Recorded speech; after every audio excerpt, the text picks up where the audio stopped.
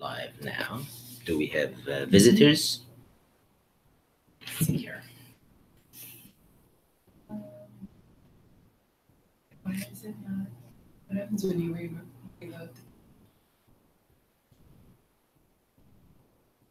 There we are. Yep. We're live. We're live. No one's in yet, but we're recording, so you're welcome to go ahead and get started. Hello, everyone. This is Mansoor Javidan. Thank you very much for joining me now or watching the video later. In this session, I'm going to answer the questions that we have received, and then I'm going to do a debrief on the Global Mindset Inventory feedback reports. As you know, we invited all of our ID verified students to complete the GMI, and I'm going to debrief the feedback report, and I believe all of you who have completed the GMI have already received your own feedback reports.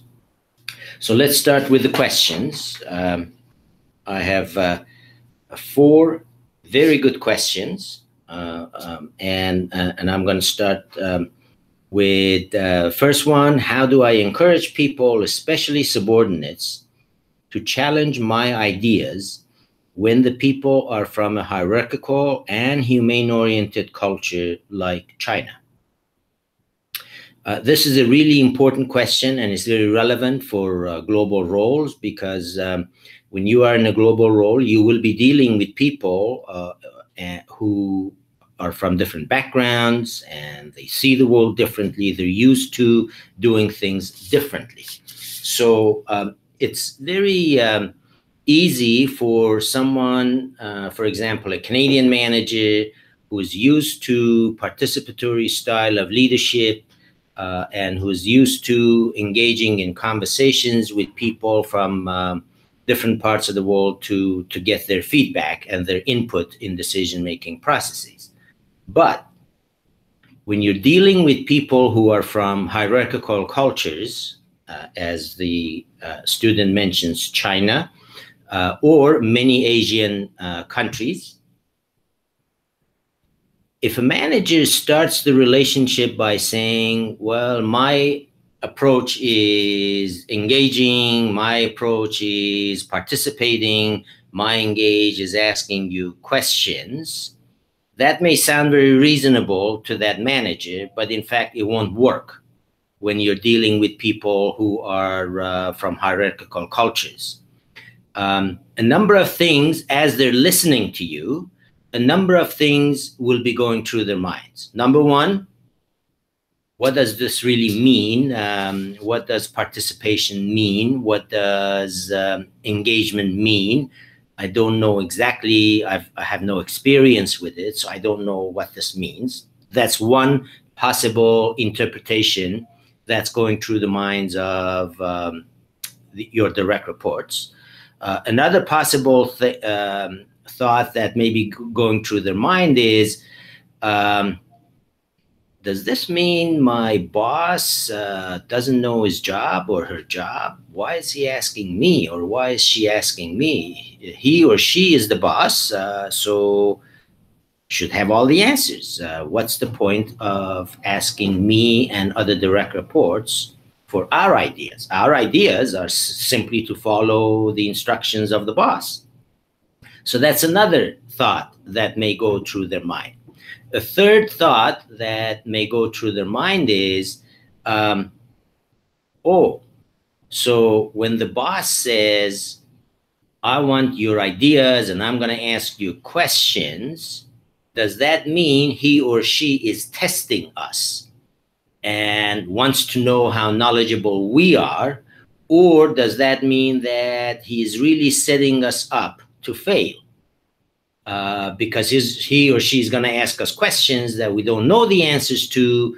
We've never been asked those questions. So now I'm anxious. I have anxiety because I now worry that my boss may want to get rid of me. So that's another thought that may go through their mind. Finally, the fourth possible thought that may be going through your direct reports' minds is, okay, the boss is going to ask me questions and is going to ask for my opinion, and I'm going to give the boss the opinion and the ideas that I believe he wants to hear.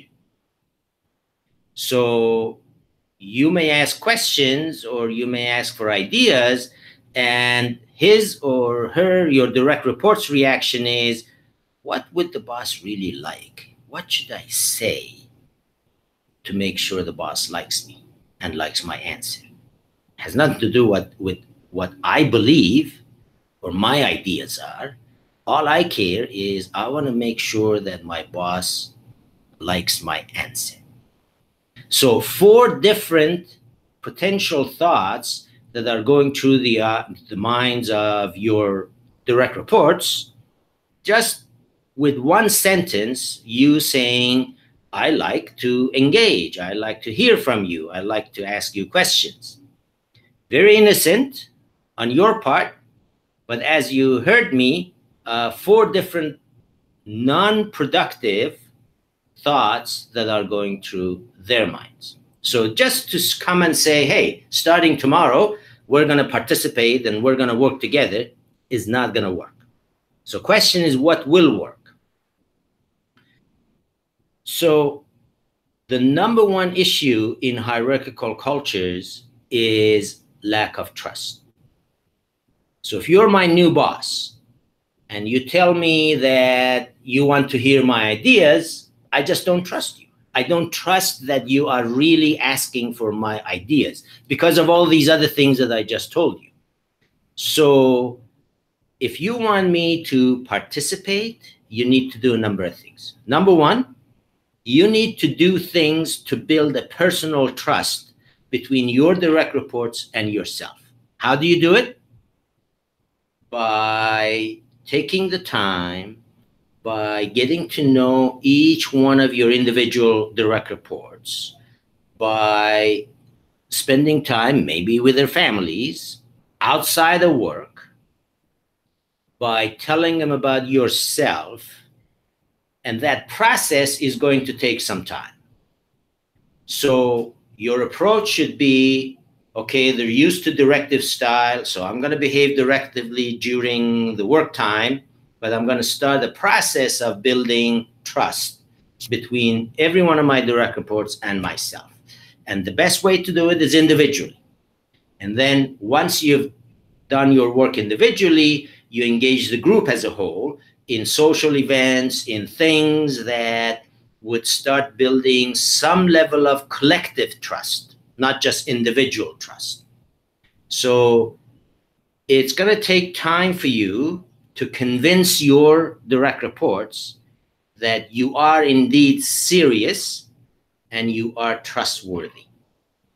But that's not all. The other thing is, the reason you want to engage people is because you believe they may have good ideas. Well, do they have the experience? Do they have the knowledge to be helpful? In other words, just building trust is one part. The other part is hand-holding them, engaging them in conversations. Don't directly ask for their ideas, but over time, engage them in conversations step by step, small step, getting them to make contributions, to answer questions, to share ideas, but not on big picture things. Gradually and slowly, you teach them the process of engagement and what that means. So bottom line is 2 things, trust building and hand holding. It will take time. And with time, they will build the confidence in you and the trust in you, and you will build the trust in them. And that is how it will work. And it won't be quick. So don't assume that just because you tell people you want their ideas, they're going to give them to you. Very good question, very important question, and I hope that the answer has been helpful to you. Another question. In one of her lectures on culture and emotions, June Gruber says that relationships in the US culture are highly valued. Previously, according to Globe findings, the US were identified as one of the most individual-oriented cultures, where individual interests and personal success are priority number one. Could you explain the correlation between such an individualistic approach and the value of relationships? So, Professor Gruber, when she was talking about emotions, she was talking about the importance of emotions in the US culture. And yes, relationships are important in the US culture. However, relationships in the US culture are nowhere close to importance to relationships in China or in India or in Saudi Arabia. So Professor Gruber was not comparing US to other cultures. She was just focusing on the US culture and the importance of relations. And of course, they're important because they build personal relationship. But as you have seen from Globe, compared to other cultures, the importance of relationships and emotions in the US work environment is much lower compared to many, many other countries. So it's the information you've received from Professor Gruber and the information you've received from Globe are not contradictory at all. It's just that the unit of analysis is different. In her work, she's only focused on Americans. In Globe work, our interest is comparing Americans with other cultures. And as you have seen, emotions and personal relationships in the US play a part, but nowhere close to the important part that they play in Latin American countries, in Asian countries. So thank you for that question. This is an important point to clarify. I'll go to the third question. How long time should one stay in a foreign country before he or she really understands its culture? So I'm going to give you a rather long answer to this. We have actually studied the relationship between length of stay in one country and effectiveness in global roles. And what it shows is that if you stay anywhere from 6 months to 1 year, in general, over a large number of individuals that we've been studying, a stay in another country for 6 months to 1 year correlates with effectiveness in a global role. So 6 months to 1 year. But what we have found is that across many individuals, almost 1,000 people, a stay in another country for over 2 years is even a much, much bigger correlation with global leadership effectiveness. So the length of the stay does matter. And those individuals who have stayed 6 months to 1 year, good correlation with success. But those individuals who stay 2 years plus, big correlation with success. Now, so that's the empirical evidence. But now let me rephrase this question. Instead of saying, how long does it take to be successful? How long of a stay do I need? Let me rephrase that question and ask it a little differently. So the question I would pose is, what do I need to do during my stay in another country to speed up the process of learning. What things will help facilitate my success as a global leader during my stay in another country? And now I'm going to answer this question, because this to me is an even more important question than just the length of the stay. So here's the answer. If you want to maximize your value and your benefit out of your stay in another country, these are the things you need to think about. Number one, your own attitude. The more open you are, the more willing you are, the more flexible you are, the more attentive you are, the less judgmental you are towards another culture, the higher the speed of learning. So that's point one. That's about you.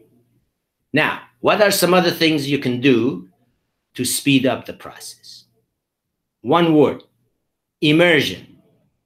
So the more you immerse in the culture from 7 a.m. till 10 p.m., the more you create opportunities for you to be exposed to the culture, the host culture where you are living, the better it is. In the morning, start with newspapers, start with the media in that culture. Listen to the news, what's going on in that country. Pay attention to political news, pay attention to economic news, pay attention to any kind of important events that are taking place. That's very important. Learn about the history of the country. The more and the quicker you learn about something about what's going on in this country, where has it been in the past several centuries, what's been important to them, is it a country that has always faced wars and foreign invasion? Is it a country that's been stable and isolated? You got to learn about the history of the country. The quicker you learn that, the more it helps you understand how things are done right now. Now, what's the next thing you can do? The more individuals from that culture you spend time with, the quicker you're learning. So invite your colleagues from that country to coffee breaks, to lunch, meals, dinners, and ask them a lot of questions. Meet strangers, social occasions where you can take the opportunity to meet people you don't know, maybe from all walks of life in that culture. Talk to them. Tell them who you are, why you're there, and tell them about your excitement. Tell them about your curiosity, your passion for learning about this culture, and engage them in conversations. Now, if they're smart people, they will also ask you questions about your own culture. But even if they don't, you can learn from them. Here's another thing, spend your time visiting as many places, historical places, gardens, doesn't matter, places in the city where you live, places in the country where you live. And every time you go to visit a place, ask somebody about the history of that place. Where did it come from? How did it come about? So that's what immersion means. You put yourself in an environment which represents the reality of the country and the culture you're in. Find friends, as many friends as possible.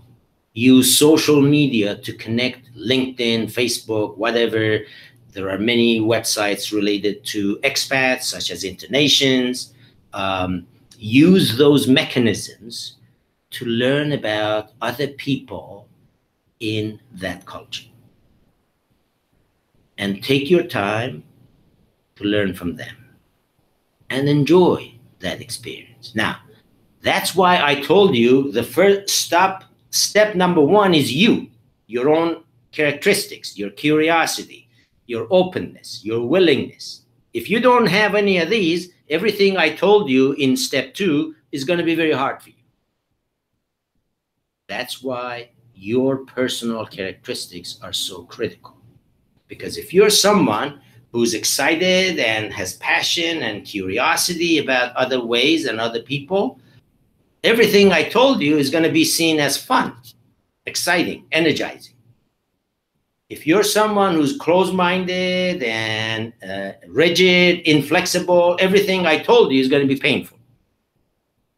So that's really up to you.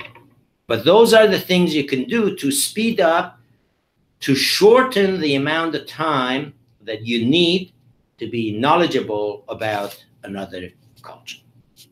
So again, thank you for the question. Very important question. Now, last question, unless we have any other questions. Okay, so the last question I have on paper is, do you think that anyone can be a global leader even if they do not have any knowledge of that country? And do you think that people with no leadership experience, but who have a global mindset and view the world through a cultural lens, can become great leaders?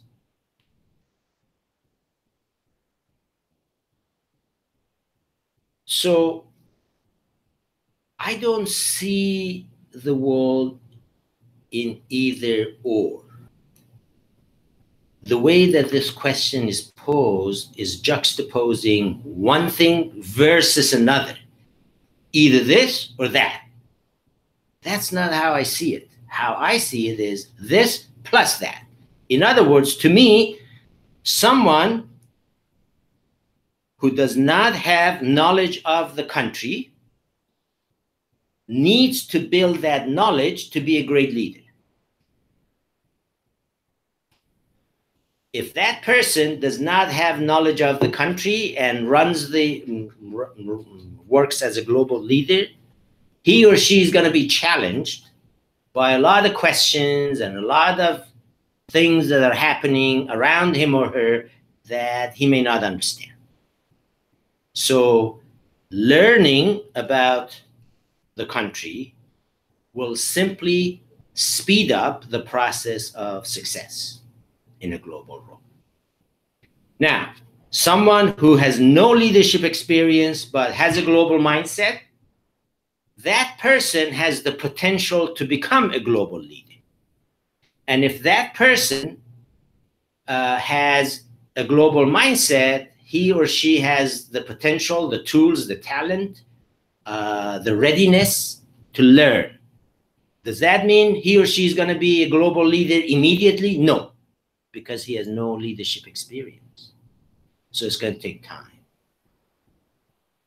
The beauty of experience in a global role is that it shows you some ropes, things to do, things not to do. So someone who has a very good global mindset but zero global leadership experience is not going to be successful on day one, but maybe successful in 6 months from now. Why? Because over the next 6 months, his or her global mindset energizes him or her, gives him the tools to learn and build the experience and the capability to be successful as a global leader. But it doesn't mean that person is going to be successful on day one. So it takes additional things on top of global mindset. But having a global mindset makes it easier to gain that experience and build those tools. Again, very good question. I'm really very pleased with these 4 questions. These are thoughtful questions, and I'm glad that you have asked them. Now I see we have 2 more questions. Okay. The first question was sent in.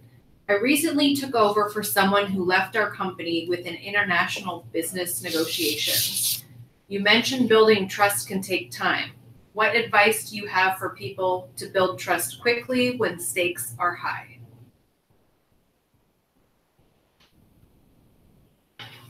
Well, if you are dealing with people from cultures that are from cognitive trust cultures, Americans, Anglos, Germanics, Nordic Europeans. If you're dealing with people from those cultures, trust is very much based on what you do on a transaction basis. So you can build trust quickly because it is not a deep trust. It's a superficial trust, only focused on the transaction and the business relationship that you are engaged in. So it can happen quickly.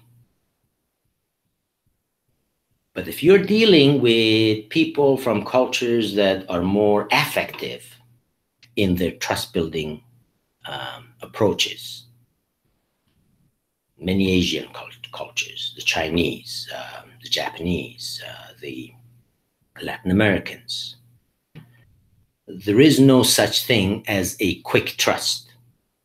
It takes time. And they want to watch you and experience you as a whole person, not just as someone who is interacting with them on a particular transaction. And that takes time. But there are things you can do that you have learned through the course that speeds up the process of trust building in the process. But that's the reality, that when you're dealing with affective trust cultures, it takes more time. It won't be as quick as the cognitive trust cultures. Okay, we have another question. Yes. This question says, is trust transferable?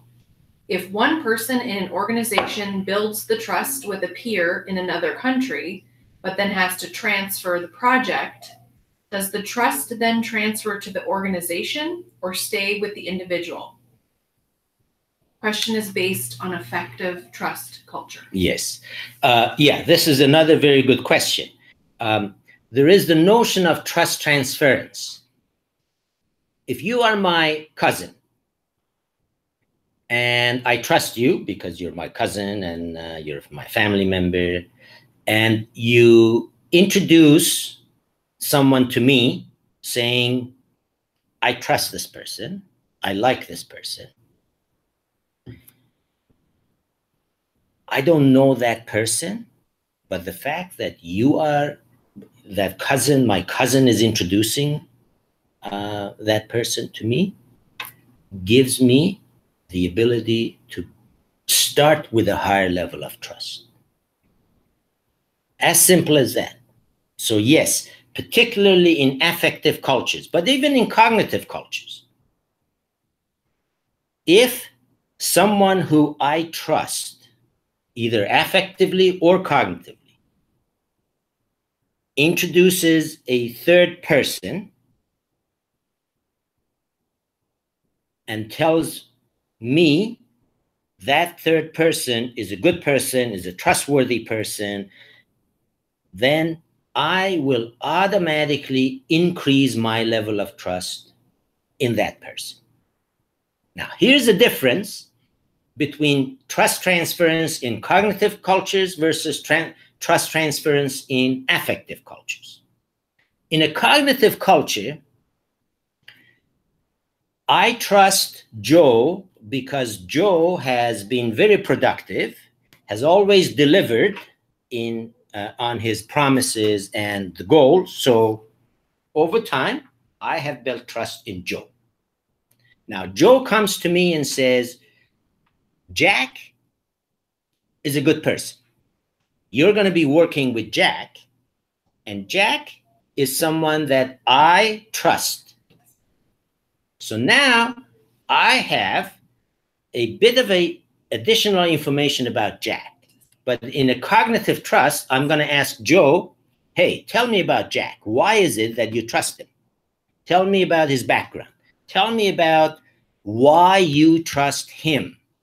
Did he deliver on his promises? Was he successful? All of those task related criteria. In an affective culture, I'm not going to ask Joe that question. The fact that Joe I like and trust, and Joe introduces Jack to me, already has increased my trust in Jack without asking any further questions. So that's the essence of trust transference. Okay. That's all we have. That's all. All right. So I believe I've answered all the questions. Again, if you have any more questions, don't hesitate. Send us a note. I'm happy to try to answer those. And now I'm going to spend the rest of the time going over your feedback reports to explain what that means and how to interpret it. So please open your feedback reports. And I'm going to start here. And I'm going to start with page 2 of the report. So on top of page 2, you see what is global mindset. You all know what that is now, the 3 capitals: intellectual, psychological, and social. Why is it important? You all know that. Can it be developed? Yes. However, developing the cognitive aspects of global mindset is much easier than developing the psychological aspects of global mindset. Now, let's go to page 4. On page 4, you see your own profile in terms of the 3 capitals of global mindset. I'm going to spend a couple of minutes explaining this chart, and all the following charts in the report follow exactly the same format. So, to begin with, your report is color-coded. So red always refers to social capital, blue always refers to psychological capital, and yellow always refers to intellectual capital. The olive bar is your personal score. So based on the information that you provided when you completed the questionnaire, you're looking at your profile in terms of the 3 capitals. As you can see, the olive bars are framed in different colors to represent the different capitals. The orange bar is the average of the group. So here we have 44 people in this course who have completed the GMI. So the orange bar is the average of the 44 people who have completed the score, this report. The black bar is what we call the grand mean. It's the average of 34,416 individuals who have completed the questionnaire. About half of these people are in the US. The rest are all over the world. A little over 1,000 are CEOs in big companies. Somewhere around 8,000 are direct reports of CEOs. Thousands of them are middle managers. And we also have MBA students, master's students at Thunderbird, and also 40 other business schools who have completed the questionnaire. So that's what the black bar is. It's the average of all of those people. And by the way, pretty much every industry you can think of is represented in this report.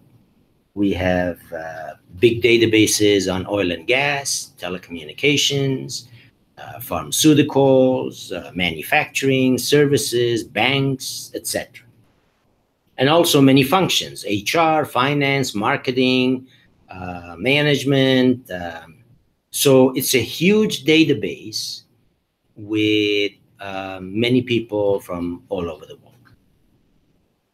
You also see light gray bars. The light gray bars show you the range between the minimum and the maximum score for each group. So the light gray bar associated with the orange bar shows you the range between the minimum score and the maximum score in your group of 44 people. The light gray bar associated with the black bar shows you the range between the minimum and the maximum for the grand mean. One last thing about this chart and all the charts in the report is that they are all sorted based on the olive bar. So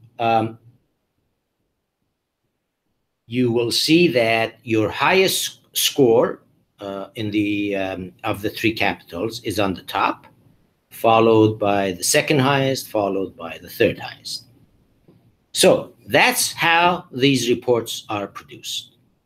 And you can quickly look at your own profile in terms of the three capitals. Now, let's move on. We go to page 5. On page 5, this is the structure of global mindset that you are all very familiar with. You've seen the video, my introduction to it. So it's just a refreshing, to refresh your memory. Now, we go to page 6. On page 6, we show you the questions or some of the questions we asked on the questionnaire to measure the three elements of your intellectual capital. For example, global business savvy means your knowledge of global industry, your knowledge of global competitive business and marketing strategies, and a few other things. Cosmopolitan outlook refers to your knowledge of cultures in different parts of the world, your knowledge of geography, history, and important persons of several countries.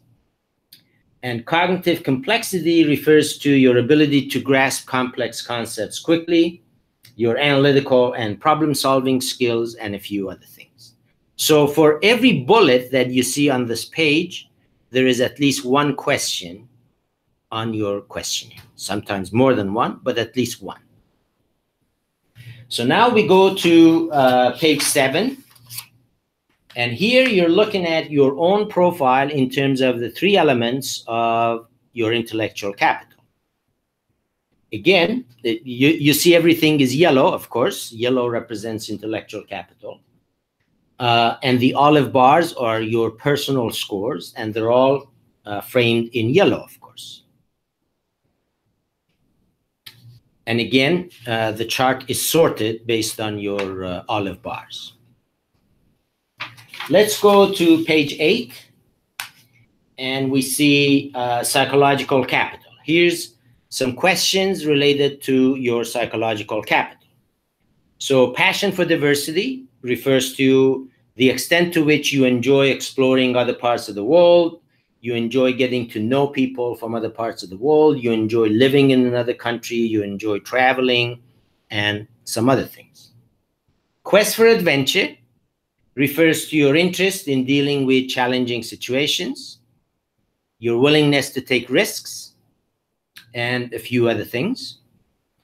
Self-assurance refers to how energetic you are, how self-confident you are, and a few other things. And now we go to page 9. And on page 9, you see your own profile in terms of the three elements of psychological capital.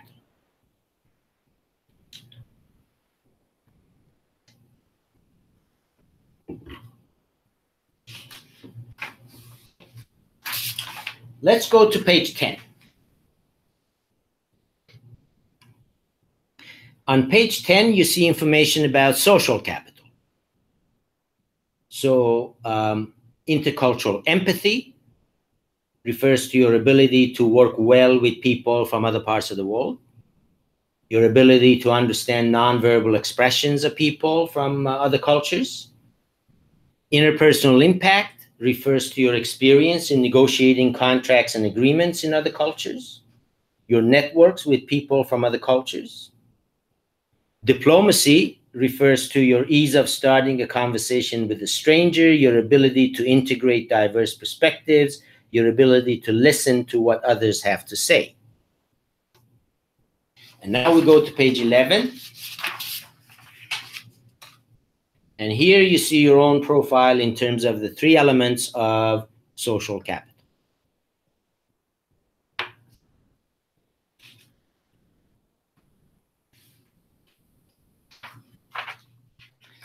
Let's go to page 12. On page 12, you see the same thing that you saw on page 4. It's a replica of page 4. It shows you your own profile again in terms of the 3 capitals. And now we go to page 13. On page 13, we show you your own profile of global mindset in terms of the 9 elements, sorted from your highest score to your lowest score. This page is important because it is the beginning of your own personal development action planning. So you look at this page, you identify areas that you're strong at, you identify the areas that you need to develop, and you start developing specific steps that you will take in order to improve whatever aspect of your global mindset that you want to improve. Now, pages 14 and 15 are really not relevant to you. They are program-based information, so that's why you see only orange and black. There is no personal individual information here. It's all group-based. So that doesn't really, what's important about this page is to us on the program side. We look at the profiles of the people who are in the course, who complete the course or the program. For example, at any Thunderbird program, we do this GMI report before they start the program, and then we do it at the end of the program. So we look at the program results to see to what extent we've been able to improve. The program has been able to improve the profile of global mindset of our students. Page 16 is pretty much the same information as you've seen so far, but in numeric form, because some managers told us they prefer to work with raw numbers instead of bar charts. So that's all. Now, pages 17 and 19 through 19 are really important for you in your personal development action planning. So you see a series of questions on these pages that are designed to help you decide how important is global mindset to you, to what you do, what aspects of it are you very good at, and what do you need to do to sustain those areas of strength?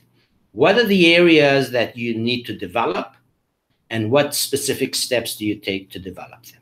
So you start with page 13 of the report, and then you look at the questions on pages 17 to 19, and you complete the answers to those questions.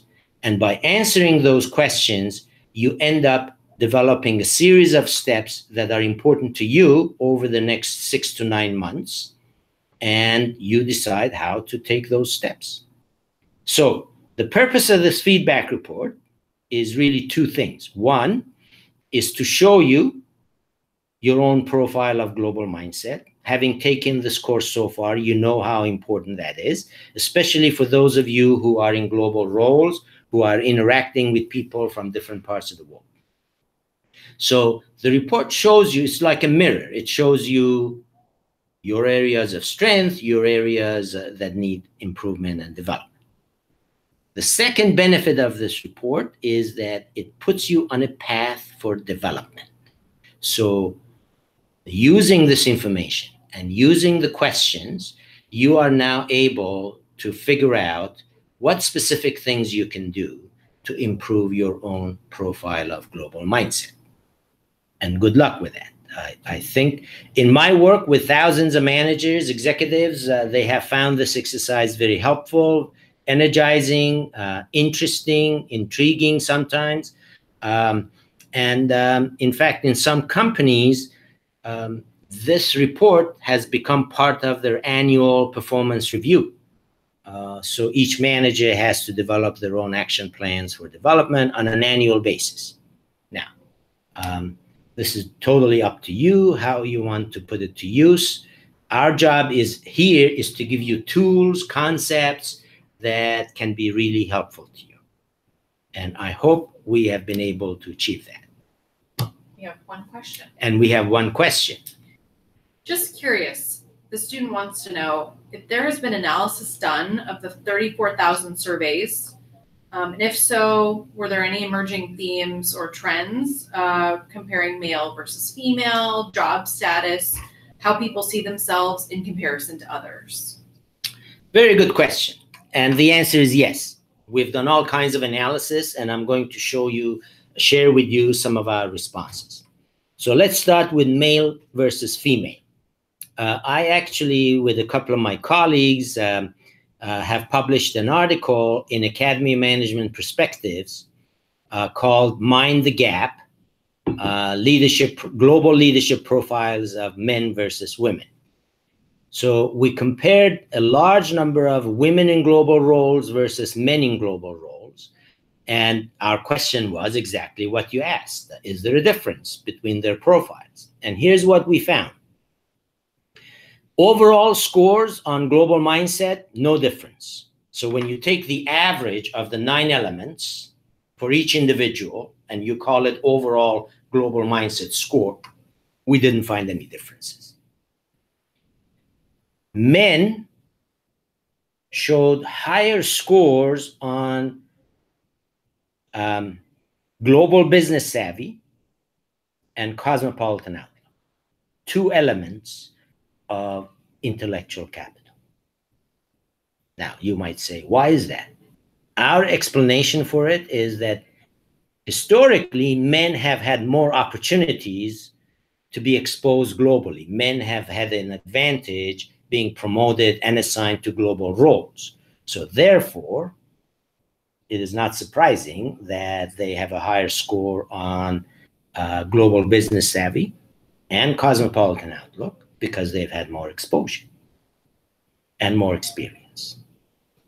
Women have had higher scores. Now remember, I'm comparing averages of male global leaders versus female global leaders. Women had a higher average score on passion for diversity. They had higher levels of curiosity for other people, higher levels of interest in other people than did men. Women also had a higher score on intercultural empathy. In other words, the ability to work well with people from other parts of the world. And so women had an advantage when it came to an element of psychological capital and an element of social capital. Men had an advantage on 2 elements of intellectual capital. The rest, there were no difference. And then when you compare the overall scores, again, there was no difference. So there you go. And if you're interested in learning the article, it's in Academy of Management Perspectives, 2016, and it's called Mind the Gap. So that's one answer. Now, you also asked about other demographics. So here are a few other things we know. The higher the level in the organization, in general, the higher the score on global mindset. So people with greater roles and responsibilities in organizations tend to have higher scores. Why is that? 2 potential explanations. One, well, by the time they get to those senior positions, they have had more experience, they've had more exposure. As a result, they've improved their global mindset. That's one explanation. Another explanation is because they are in higher level positions, they tend to give themselves higher scores, because if I weren't good, I wouldn't be a vice president or I wouldn't be a CEO. So I have a halo effect, a positive halo effect about myself. So I give everything on whatever that is. I give a high score to myself. In my interviews with people, the first explanation tends to be a very convincing one.